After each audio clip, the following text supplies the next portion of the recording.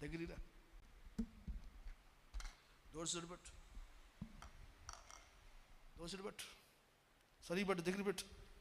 ఇద్దరు మనుషులందరూ నా మాట వింటున్నారా? నేను నీళ్ళు పోస్తున్నాను. ఉదాహరణకి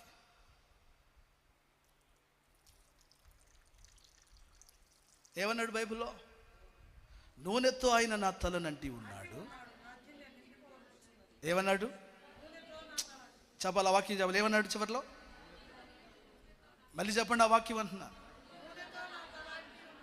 తర్వాత ఏంటిదంట? ఏంటిదట? మన దృష్టిలన్నీ గిన్నె మీదే ఉంటాయి. మన దృష్టిలన్నీ దేని మీద ఉంటాయి? అయితే గిన్నె మీద కాదు, నూనెతో దీని మీద ఉండాలి. ఇక్కడ లేని గిన్నెలోకి ఎక్కడ వచ్చిందయ్యా? లేని గిన్నెలోకి ఎట్లా వచ్చింది? నూనెతో నా తలని అంటాడు, నా గిన్నె నిండి పొర్లింది. దృష్టి అంత ఏడుంది? గిన్నె మీద ఉంది నీకు. ఇక్కడ లేని గిన్నె మీదకి వచ్చిందా? నీ మీద లేని అభిషేకం నీ వ్యాపారం మీదకి ఎట్లా వచ్చింది? నీ మీద లేని అభిషేకం నీ భవిష్యత్తు మీదకి ఎలా వచ్చింది? నీ మీద లేని అభిషేకం నీ సేవలోకి ఎలా వచ్చింది?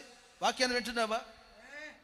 కాబట్టి ఇలాంటి గిన్నెల మీద మనసు పెట్టుకోబాకు. ఈ తల మీద దేవుని అభిషేకం ఉందా లేదో చూసుకో. స్తోత్రం చెప్పు గట్టిగా, హల్లెలూయా. మంచి చెప్పు, హల్లెలూయా. వారంలో ఒక రోజు వింటున్నారా? వారంలో ఒక రోజు కూర్చో. ఆమేన్, హల్లెలూయా. అది నీళ్ళు అనుకోవచ్చు, అది కూడా ఒక రకమైన అభిషేకమే. దేవుని స్తోత్రం కలుగును గాక. మంచి చెప్పు గట్టిగా, హల్లెలూయా. ప్రభు మాటలు వింటున్న దేవుని పిల్లలారా, సత్యాన్ని మనం గ్రహించగలగాలి.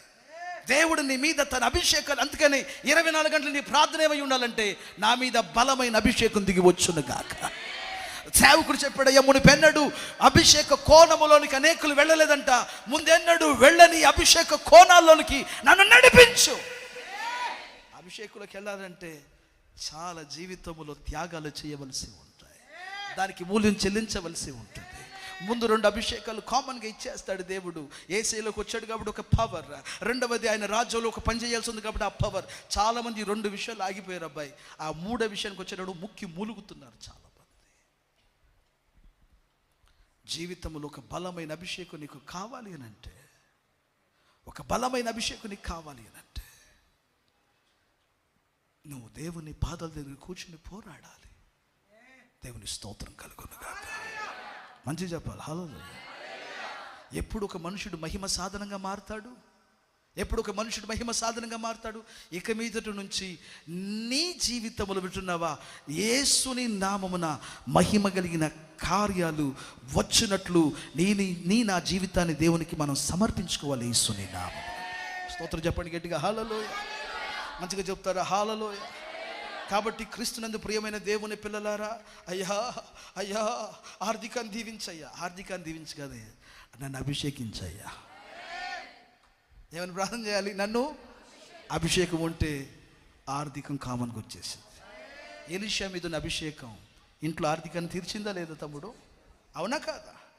అభిషేకమే తీర్చింది.